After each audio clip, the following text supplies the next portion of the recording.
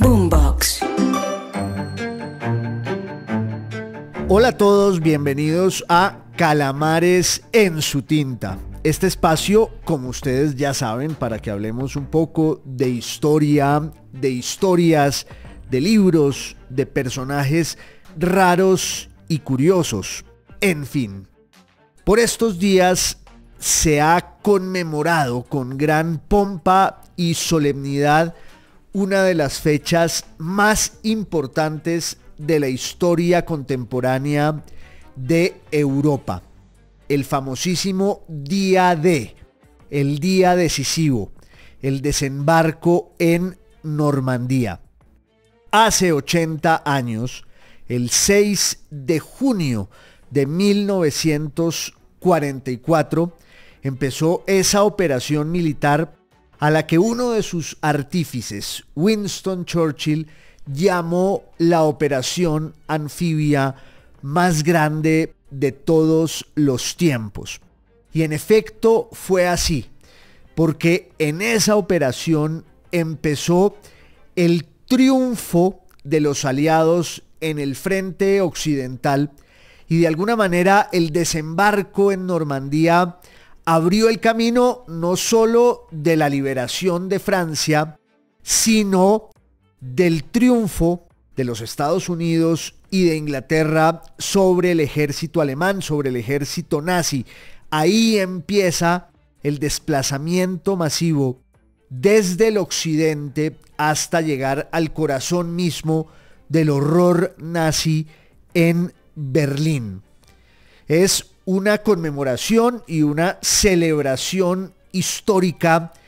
cargada de una gran cantidad de sentimientos. De ahí un poco la solemnidad y la pompa y el recogimiento casi religioso con los que ese episodio se recuerda y se evoca desde hace tanto. De hecho, esa conmemoración, esa celebración ha ido evolucionando con el tiempo también, porque las celebraciones históricas y las conmemoraciones de alguna manera revelan más las preocupaciones y la índole y las urgencias del presente que las lleva a cabo, que ese pasado que está allí un poco recreado con artilugios del espiritismo de la historia para volverlo a traer a un presente que lo invoca y más bien lo erige como una especie de espejo. Diría yo que como el espejo del cuento de Blancanieves, en el que se asoma la reina para oír solo lo que quiere oír. Eso en muchos casos son las conmemoraciones de la historia, una invocación arbitraria y caprichosa en la que se asoma cada presente, como si fuera no solo un espejo, sino también un abismo, para resolver sus grandes tensiones, sus grandes dudas, sus grandes conflictos. Por eso es tan interesante tomarle el pulso, reseñar la evolución de la conmemoración del día D, del día decisivo, desde los primeros momentos en los que la sociedad europea empezó a celebrar la que fue una de las operaciones militares más grandes, contundentes y exitosas, no solo de la Segunda Guerra Mundial, sino de la historia. En este caso, en este año, la conmemoración de los 80 años del desembarco en Normandía estaba teñida también por todo lo que está pasando en el mundo y en Europa hoy, sobre todo lo que tiene que ver con la guerra en Ucrania, que es de alguna manera una causa, una especie de cruzada que Occidente y sobre todo la Unión Europea junto con los Estados Unidos han planteado para reivindicar lo que consideran que es el derecho inalienable de la nación ucraniana para luchar por su soberanía y por su independencia. Ante la afrenta opresiva del gobierno ruso, del gobierno de Vladimir Putin, que es por supuesto un gobierno plutocrático, autoritario y que ha perpetrado una invasión infame sobre un país que es independiente, sobre una nación soberana. Siempre lo he dicho aquí, entre muchos otros, el tema de fondo en la cuestión ucraniana es decidir si Ucrania es una nación o no lo es. Putin le niega esa condición, le niega su entidad y su identidad, con un argumento histórico muy antiguo en la tradición imperial rusa, y es que Ucrania no es sino un apéndice de la gran nación rusa. Insisto, ese es un argumento histórico que allá tiene una importante tradición conceptual, bibliográfica, política, y que deriva siempre en unas acciones militares expansivas y opresivas. Hay, por supuesto, otras cuestiones que tienen que ver con la guerra en Ucrania. Por ejemplo, la situación de la OTAN allí en esa zona de frontera entre el mundo occidental y el mundo ruso, y la manera en que las potencias occidentales han operado allí con hipocresía y con cinismo. La verdad es que ambas cosas se pueden señalar, se pueden reconocer sin ningún problema, salvo que uno esté concediendo siempre con las anteojeras de la ideología y los requerimientos maniqueos y binarios de quienes quieren mantenernos atados aún al viejo mundo de la Guerra Fría, en el que teníamos que tomar partido y asumir en su totalidad como un paquete completo lo que uno solo de los actores del conflicto pues quiere imponer como la única verdad posible y probable. En este caso yo creo que podemos prescindir de esa concesión al maniqueísmo y a las nostalgias de la Guerra Fría, porque se puede decir que el régimen de Putin es un régimen plutocrático, autoritario, represivo, opresivo. Se puede decir también que Ucrania es una nación que lleva siglos, por no decir que milenios, luchando por esa condición, y se puede señalar también, ya digo, la hipocresía, y se puede señalar la torpeza con que han actuado los Estados Unidos, Alemania, la Unión Europea, etcétera. Pero sobre esta conmemoración del día D, pues gravitaba allí como una sombra, como una espada de Damocles, el tema de Ucrania y también la cuestión política, el hecho de que iba a haber unas elecciones en Europa que ya ocurrieron y en las que muchos temían que se impusiera la extrema derecha. Algo que no ocurrió. En realidad ganó el bloque de centro derecha, pero claro, sí hay una deriva cada vez más antidemocrática e iliberal en muchas partes del mundo, no solo en Europa. Los Estados Unidos están al filo del abismo con el posible y eventual triunfo otra vez de Donald Trump, que representa eso, una concepción del mundo que no es liberal, que no es democrática, incluso si surge de la democracia. Lo que pasa es que la democracia está en crisis una vez más en todas partes, y entonces van aflorando, van prosperando doctrinas políticas e ideológicas que se lucran y se benefician de los instrumentos democráticos. Con ellos llegan al poder, pero para defender una idea de la sociedad en la que la democracia representativa y el Estado de Derecho y la división de los poderes públicos pues pasan a un segundo plano frente a unas banderas y unas causas mucho más contundentes y rotundas que tienen que ver con eso que muchos llaman hoy la guerra cultural. Un territorio en el que hay una disputa por la identidad de la sociedad, por las grandes cuestiones que aquejan a los países en el mundo contemporáneo. El tema de la inmigración, que en Europa es un tema prioritario y que por supuesto les está dando cada vez más poder y beligerancia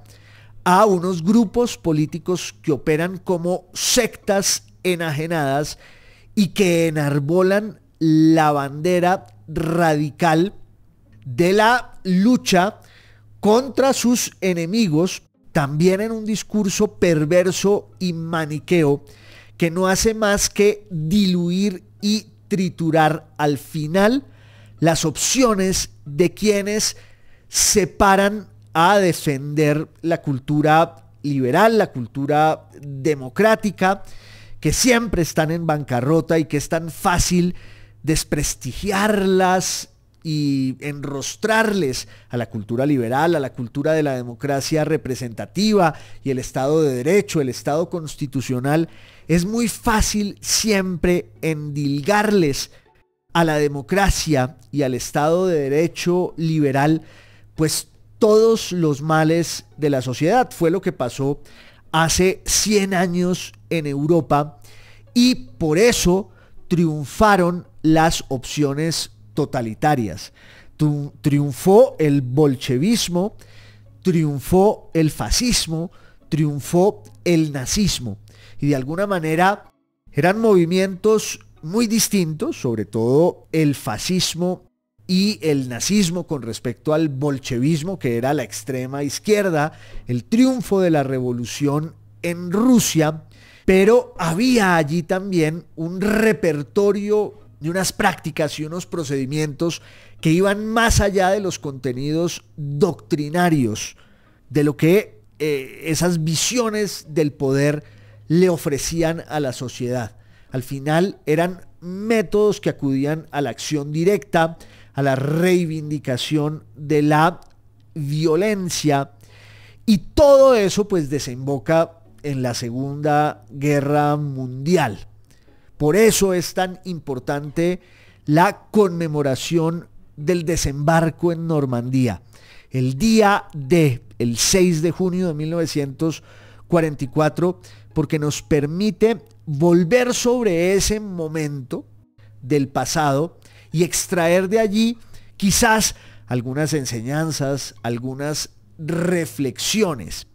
La Segunda Guerra Mundial empieza, como ustedes lo saben mejor que yo,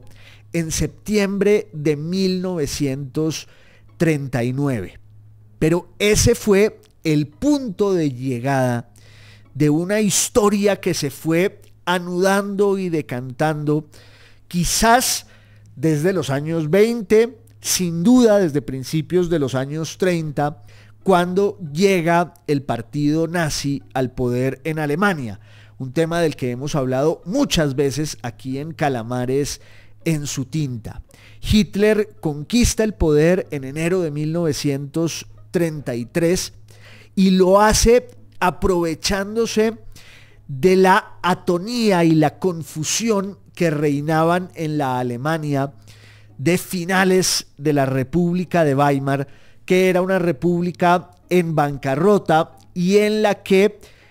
el Estado de Derecho, el orden constitucional y los valores democráticos y liberales pues no habían servido para saciar la frustración, el resentimiento, el desespero de un pueblo que había perdido la Primera Guerra Mundial y que había tenido que sufrir los estragos económicos no solo de la derrota en la Primera Guerra Mundial, sino también de una pandemia que se ensañó con Europa entre 1919 y 1921 y luego una larga crisis económica y monetaria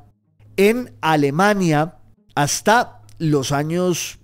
26, 27, luego la crisis económica del sistema financiero en todas partes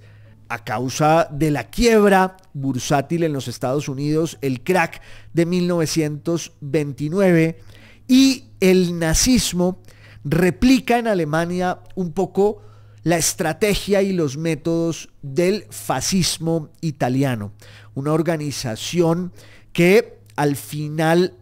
celebra y exalta y sublima la violencia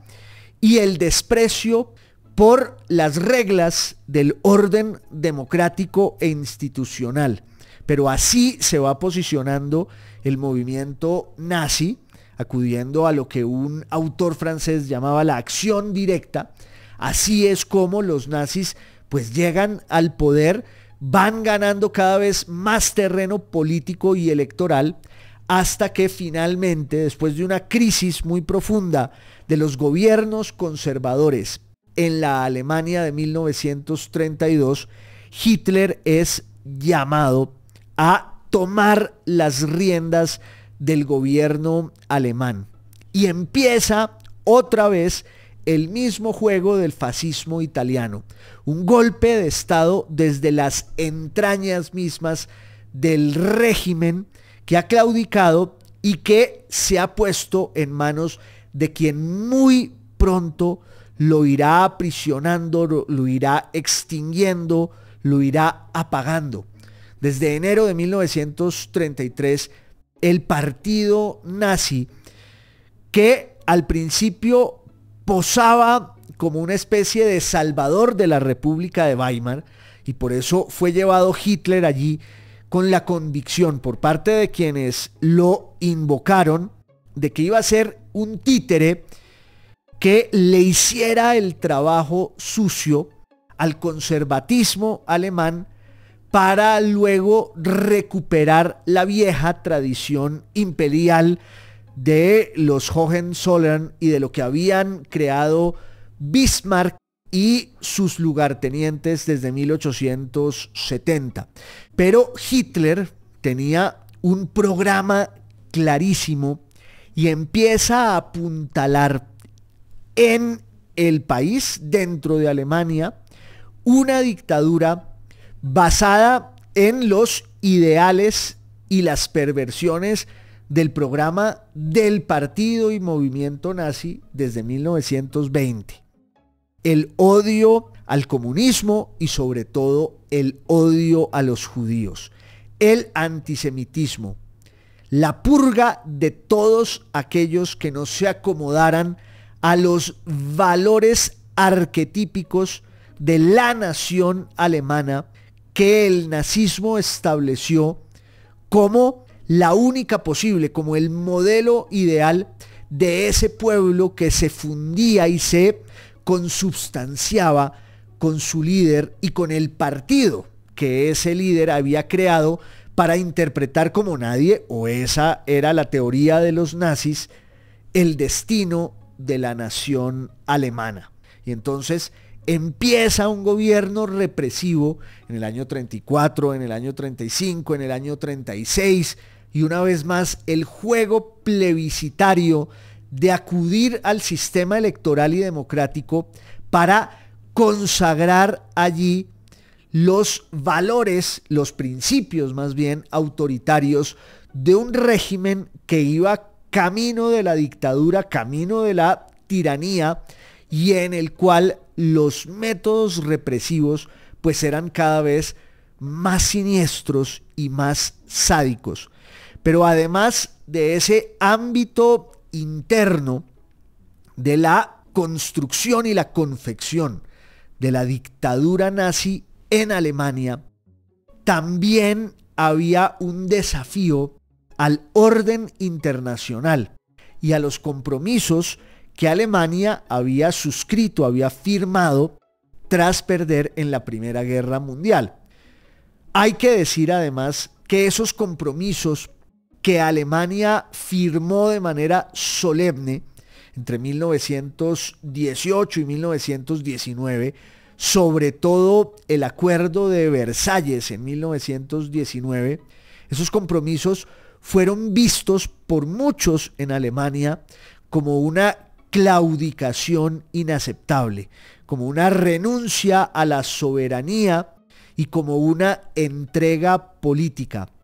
Y esa fue otra de las banderas, entre otros, del movimiento nazi. Y por eso muchos fueron confluyendo en el nazismo, porque el nazismo era como un grito desesperado y quejumbroso contra la abyección y la humillación de Alemania tras perder la Primera Guerra Mundial. Y ese tema estaba en el corazón del programa de gobierno del nazismo. Cuando el nazismo llega al poder en 1933, una de sus promesas es sabotear de manera sistemática todo lo que Alemania había prometido en Versalles en 1919. Ya muchos de esos temas habían sido revisados a causa del juego de los intereses políticos de las potencias y también porque estaba muy claro que Europa necesitaba una Alemania fuerte y unida tras la reconstrucción que se anunciaba después de la Gran Guerra. Pero en 1933 Hitler llega al mando y uno de sus caballos de batalla es que Alemania no va a cumplir nada de lo que estaba pactado en Versalles, sobre todo en lo que se refería al desempeño militar y a la construcción y la posesión de ciertas armas en el ejército alemán. Obviamente lo que había allí latente era también un proyecto expansivo que trascendía las fronteras alemanas. Y ese proyecto expansivo pues se fue consumando desde finales de 1937 y luego ya en 1938, cuando Alemania entra en Austria a principios de 1938 y luego entra en Checoslovaquia, siempre con la idea de que había un ámbito vital de la nación germánica, de los valores de la nación alemana que estaban representados en los pueblos que hablaban esa lengua y que profesaban esa cultura y que necesitaban una especie de reivindicación política que tendía hacia un universalismo, que era el delirio de Hitler en su dimensión expansiva e imperial. La exaltación de la cultura germánica y de los valores de eso que él, de forma delirante, consideraba la superioridad de la raza aria. Alguna vez hicimos aquí en Calamares en su tinta una salida sobre el antisemitismo y sobre sus profundas raíces políticas e ideológicas y hasta filosóficas y académicas en la Alemania del siglo XIX y por supuesto en la Alemania del siglo XX. Ese atroz caldo de cultivo en el que Hitler llegó a pescar en río revuelto y que constituye una de las fuentes de sus perversiones ideológicas y políticas. Entonces, hacia 1937, cuando Alemania empieza a pactar ciertas cosas con la Unión Soviética,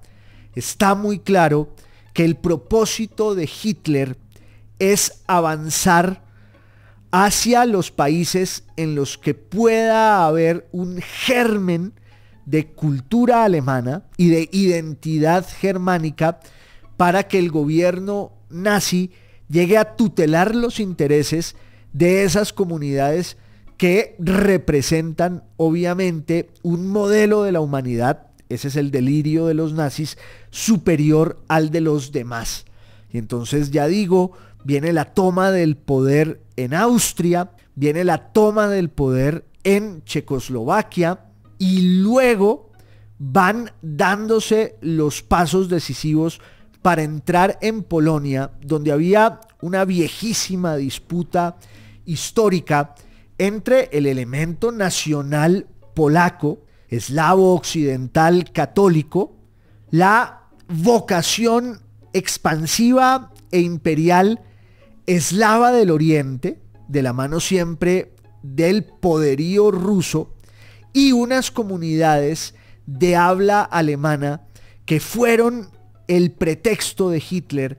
para terminar entrando en Polonia en septiembre de 1939. Había un gran temor en toda Europa, pero la estrategia fue siempre la del apaciguamiento. Y ahí es donde aparece una figura decisiva, encantadora, polémica, casi un personaje de novela, lleno de virtudes y lleno de defectos. Sus defectos muchas veces más encantadores, atractivos y seductores que sus propias virtudes, que es Winston Churchill,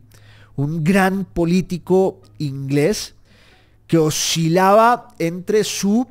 adhesión y su lealtad al viejo partido conservador en el que había militado y sobresalido su padre, Lord Randolph Churchill. Churchill pertenecía a una estirpe política y militar muy importante de la vida británica y era también un extraordinario polemista, escritor, llegó a ser incluso una novela que aquí recuerdo que se llama Sabriola, además de sus extraordinarios textos históricos que le valieron, entre otras cosas, el Premio Nobel de Literatura. Churchill oscilaba entre el Partido Conservador y sus coqueteos con otros sectores de la política inglesa cuando tenía que cambiar de bando para mantenerse firme en sus principios, como él solía decir.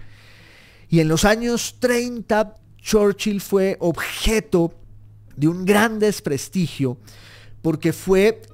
una voz solitaria y heroica en la política inglesa, señalando los errores y las miserias de esa idea del apaciguamiento que profesaron tantos líderes en Europa y según la cual pues lo mejor era dejar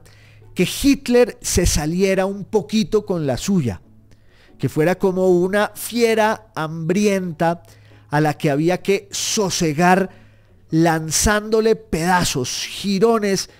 de los países que él quería, como si fueran unos trozos de carne para que la fiera se fuera acomodando y se fuera aquietando.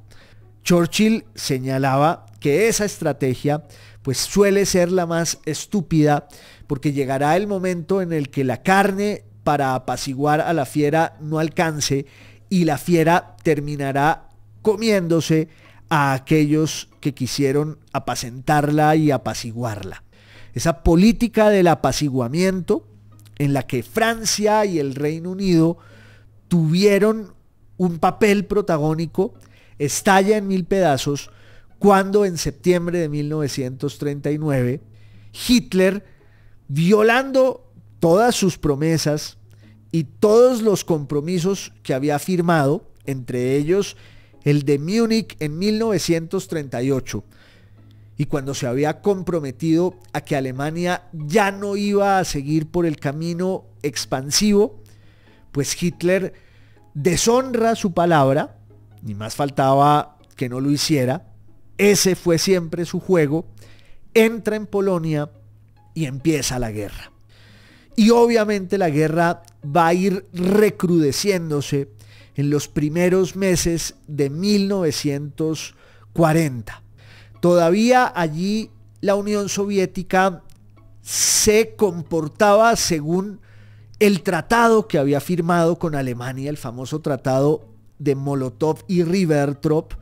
Y claro, la Unión Soviética hasta cierto punto se benefició de la guerra que Hitler había desatado en septiembre de 1939. También los Estados Unidos miraban con escepticismo y con distancia todo lo que iba ocurriendo en Europa, y en las primeras de cambio fue la Gran Bretaña la que tuvo que poner el pecho y resistir el primer embate del ejército alemán, que además llevaba muchos años rearmándose y levantando una verdadera máquina del terror y de la muerte. Alemania tenía un ejército poderosísimo y llegó a serlo ya antes de la Primera Guerra Mundial. Y en la Primera Guerra Mundial pues se echó al hombro casi el peso muerto de sus aliados, el del Imperio Austrohúngaro, el del Imperio Otomano,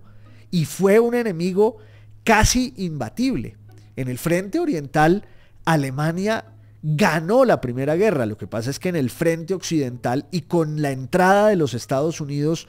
todo cambió. Pero allí estaba todavía vigente esa hoguera del poderío militar de los alemanes que el nazismo logró encauzar en toda una política industrial que hizo que el ejército de Alemania, para entrar en la Segunda Guerra Mundial, pues fuera el más poderoso de Europa, y se lanzó con toda su fuerza sobre la Gran Bretaña para levantar ese muro en el Atlántico, conquistando los países que se interponían entre Alemania e Inglaterra, mientras la aviación alemana descargaba sus bombas sobre las ciudades de la Gran Bretaña. Y en ese proyecto, en ese propósito, fueron cayendo los Países Bajos, parte de los países escandinavos, también la propia Bélgica, casi reproduciendo un poco el esquema de la Primera Guerra Mundial, que va a desembocar en la batalla del Somme, que en realidad fue una batalla larguísima, de varias etapas, de varias temporadas, y en la que se resolvió la suerte del frente occidental en la Primera Guerra Mundial. Ahora Alemania estaba cercando a la Gran Bretaña y realmente pues sus primeras decisiones fueron un éxito y fueron un acierto militar. Pero todo cambia cuando Hitler, en la desmesura de sus primeros triunfos y en el delirio de su poder, eso que yo ya señalé aquí alguna vez a propósito de Napoleón Bonaparte, la ibris de los poderosos, cuando se van llenando de una especie de ambición divina y se creen infalibles, Hitler toma la decisión de invadir la Unión Soviética, en lo que fue la Operación Barbarroja. Estaba tan convencido de su triunfo que metió allí a más de 3 millones de personas en lo que iba a ser la operación militar más grande de todos los tiempos. Y se equivocó. Como ustedes saben, la invasión fallida de la Unión Soviética por parte del nazismo fue el inicio de la catástrofe, de la debacle, por suerte, de Hitler. Y también, claro, la entrada en el mismo año 1941 de los Estados Unidos después de Pearl Harbor. Y ya se habían constituido allí entonces los dos grandes bloques, el totalitarismo del eje Berlín-Roma, el fascismo y el nazismo unidos para reivindicar una idea del mundo con una clara vocación opresiva, hasta con una dimensión colonialista, de los Juegos de Italia en África, y el pulso definitivo entre eso que representaba el totalitarismo nazi y todo lo demás, incluyendo la alianza entre la Gran Bretaña y la Unión Soviética, que representaban cosas muy diferentes y desde hacía siglos. Pero como dijo el propio Churchill, si tengo que unirme con el diablo para derrotar a Hitler, lo voy a hacer. Churchill atravesó el desierto del desprestigio y de la oposición en los años 30 como un parlamentario independiente, advirtiendo el peligro que se cernía sobre Europa con la política del apaciguamiento a los alemanes y sobre todo a Hitler. Y cuando empieza la guerra, los ingleses lo llaman desesperados para que sea él, que tenía una gran experiencia política y militar, el que conduzca la política británica en esa coalición que se irá armando, en la que estarán luego la Gran Bretaña y los Estados Unidos contra la Alemania nazi, entre otros. Pero el corazón de la guerra estaba en Europa y en esos tres frentes, digámoslo así: el frente oriental, el frente del Mediterráneo y el frente occidental. Con respecto al frente occidental, desde el primer momento estaba muy claro que había que romper el cerco que Hitler había tejido allí con sus conquistas en Holanda, en Bélgica y sobre todo en Francia. No podemos olvidarnos de que en 1940 los nazis entraron a Francia en junio de 1940 y lo hicieron de forma todavía hoy muy polémica, como dicen los periodistas colombianos, porque, claro, hubo muchos resistentes y muchos opositores a la afrenta que significaba para Francia la invasión de los nazis. Pero hubo también quienes se entregaron. De hecho, Francia quedó partida en dos. Por un lado, un gobierno al servicio de la Alemania nazi, el llamado régimen de Vichy, que estaba comandado por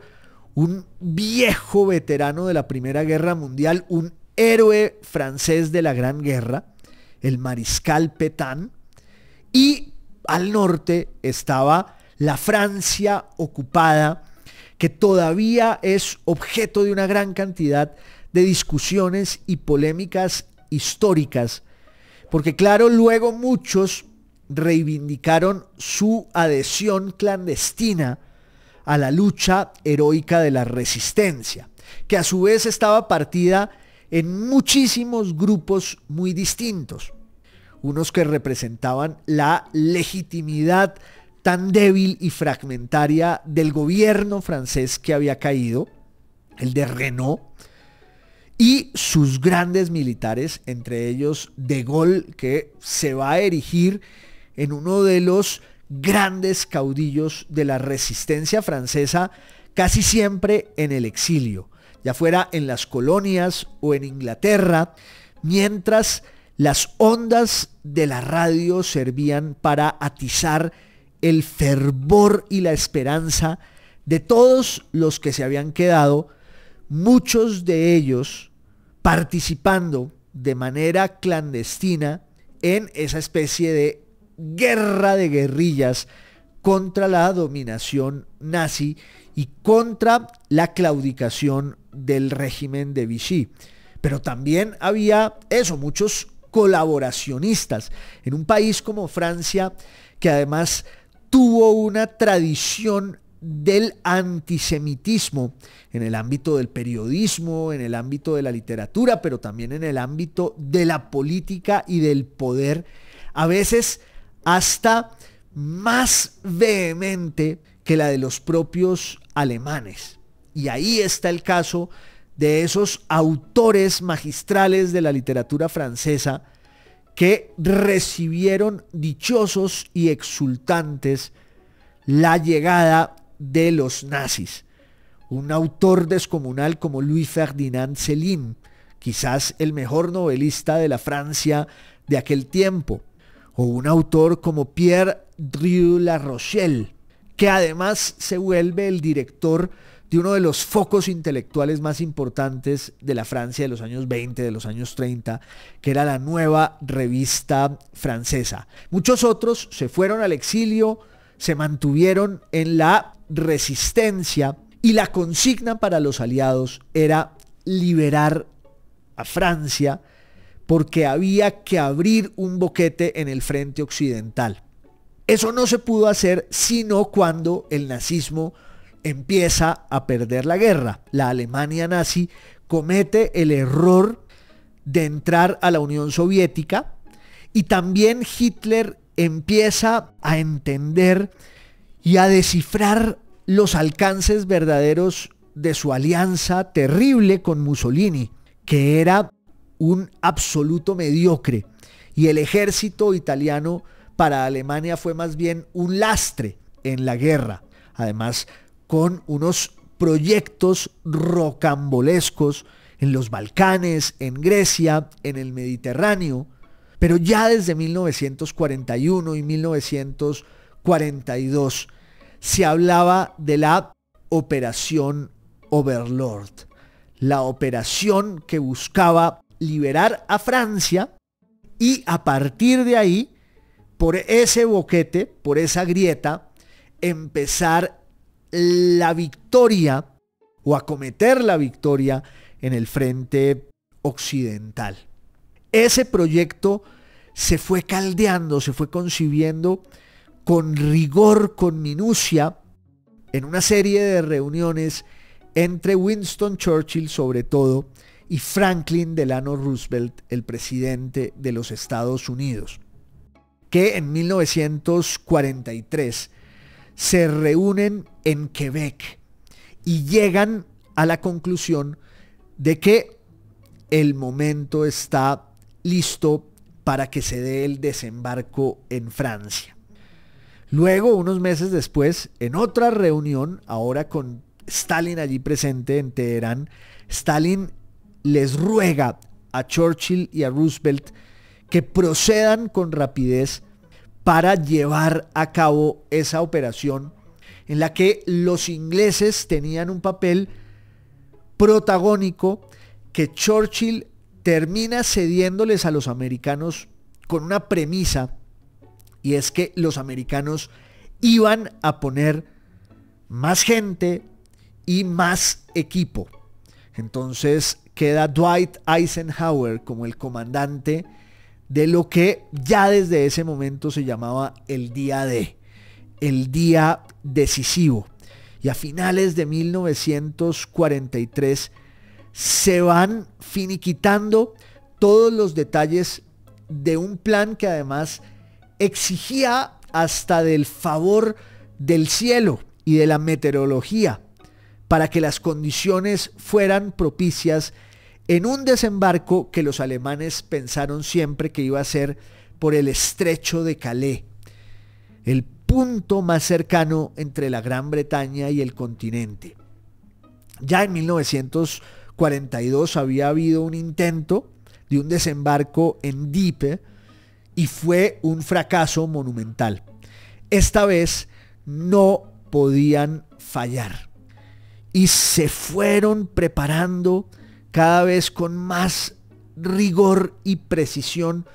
todos los movimientos que implicaban hasta hacer un puerto artificial para que el desembarco no fuera por donde lo esperaban los alemanes en el estrecho, en el paso de Calais, sino en Normandía y en unas playas que ustedes recordarán por sus nombres: Gold, oro, Sword, espada,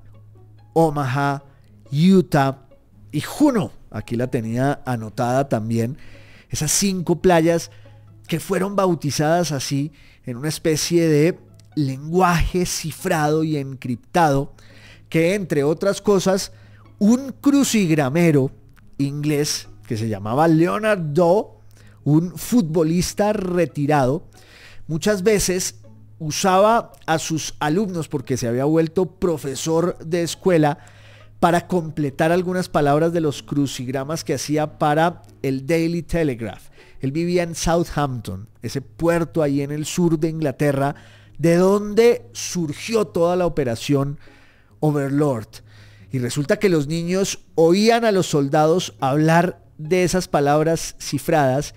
le pasaban al crucigramero esas palabras y él las sacó unos días antes de que empezaran las acciones a finales de mayo y a principios de junio de 1944. Hubo además otro incidente, y es que Winston Churchill quería estar él en un barco, y el rey de Inglaterra, por no quedarse atrás, decidió que también iba a ser testigo de excepción de la acción gloriosa de su ejército, del desembarco más grande de todos los tiempos. Por suerte, Eisenhower logró disuadir tanto a Churchill como al rey de hacer parte activa de semejante operación, porque ¿qué hubiera pasado si el barco en el que ellos iban se hubiera hundido? No pasó, y el día 6 de junio de 1944 empezó a las 00:12 horas de ese día una operación que luego a las 00:26 tiene ya pues la condición irreversible de una victoria que costó mucho, porque entre otras iba a ser el 5 de junio y justo por las condiciones del clima y del cielo, Eisenhower tuvo que posponer por 24 horas lo que empieza a ser el desembarco de los aliados en el frente occidental. Entran por Normandía, no como lo pensaban los alemanes, al oriente del Valle del Somme, y resulta que los aliados van conquistando cada vez más terreno. Va a ser una expedición que en el arco de unos cuantos meses llegará a tener 1.500.000 hombres, que van a ser la gran avanzada, que no solo llega a París, como lo dijeron varios escritores que estaban allí en la ciudad, entre otras Ernest Hemingway era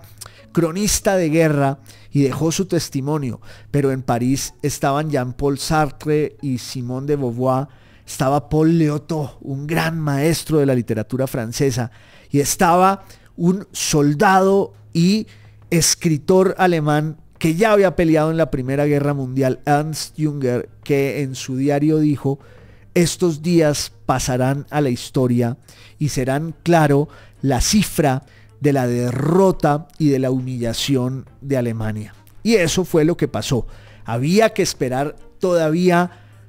10 o 12 meses hasta la entrada de los aliados en Berlín y la derrota final del nazismo. Pero el punto de quiebre y el inicio de ese triunfo en nombre de la libertad, como dicen los que lo protagonizaron, en nombre de la democracia, pues empieza allí, el 6 de junio de 1944, el día decisivo,